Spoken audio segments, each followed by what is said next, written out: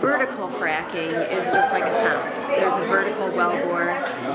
There is some fluid, maybe some chemicals, maybe some sand or proppants that help fracture and keep the rock fractures open.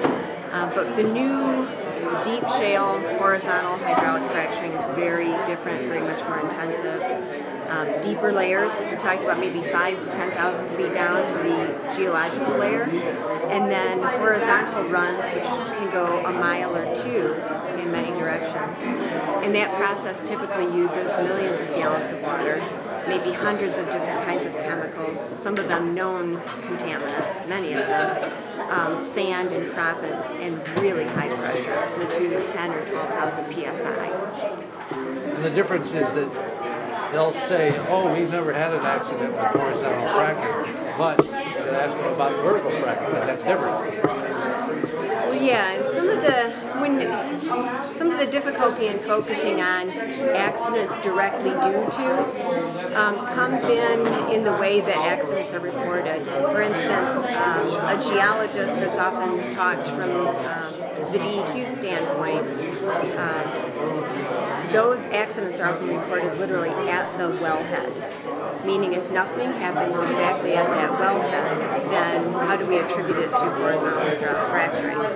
But there have been accidents, there have been spills, there have been casing failures in the oil and gas industry in general. So hydraulic fracturing isn't going to be different. And in fact, in Michigan, there was a major quote-unquote accident or contamination recently where the Michigan Department of Environmental Quality accidentally permitted flowback from the horizontal hydraulic fracturing process to be spread on roads. That flowback water is so contaminated with the chemicals used in the process that it is never supposed to be used on the surface or recycled. And the DEQ themselves made a permitting and paperwork error that they have admitted to, and 44,000 gallons of flowback water gets spread on Michigan roads. So let's just talk about the basic dangers of fracking. That is? Well, there's really 5 categories. Number 1 is water contamination, and people in Michigan are hugely concerned about that. Water contamination in 2 forms. One is methane migration. In the process, the whole process of fracturing, fractures rocks, freeze trapped oil and gas. That gas, methane, can migrate up. Since you're under the water aquifer, it can migrate up into the water aquifer. Another concern, of course, is it's a process that uses many known contaminants, carcinogens, neurotoxins, endocrine disruptors. We know this. And if that's in the water and it's injected back down into the rock, we have no guarantee that that won't slide around and reappear in our water later. Second is air contamination, air pollution. A lot of the machinery, as well as the process itself, emits gases, methane escaping, diesel fuel and particulate matter. And one of the studies that was done at the University of Colorado found that the air emissions from these well sites, when they're measured in a cumulative way, actually make it not any cleaner and in fact dirtier than coal.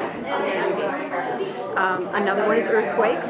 Down in Ohio, they had earthquakes around a series of deep injection wells where they bury that flowback water.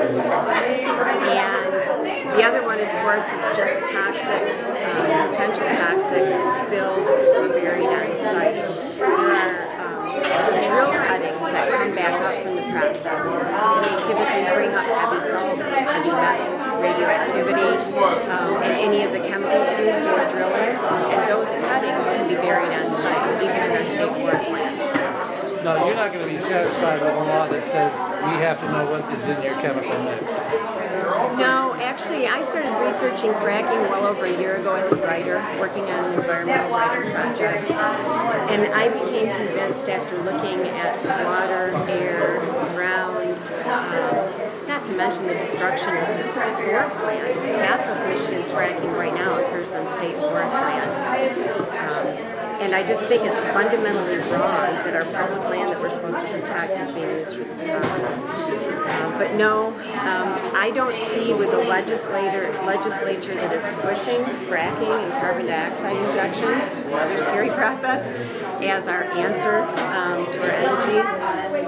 I don't see the Michigan DEQ, which obviously we've talked has made mistakes, has had spills in the oil and gas industry that has contamination.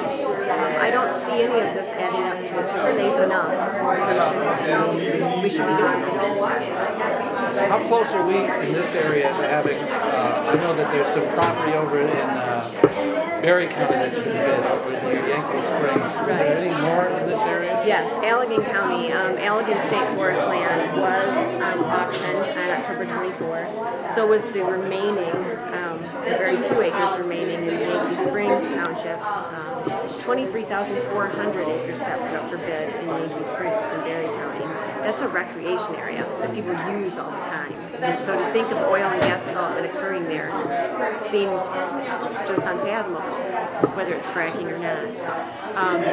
Here, closest to us, literally right now where we stand, there is a horizontal hydraulic fracturing well on private land. I believe probably the closest one to us would be that well, which is in Allegan County. So as much as people have thought that fracking was going to be only a northern Michigan concern, it's not at all. It's really spreading through the lower parts.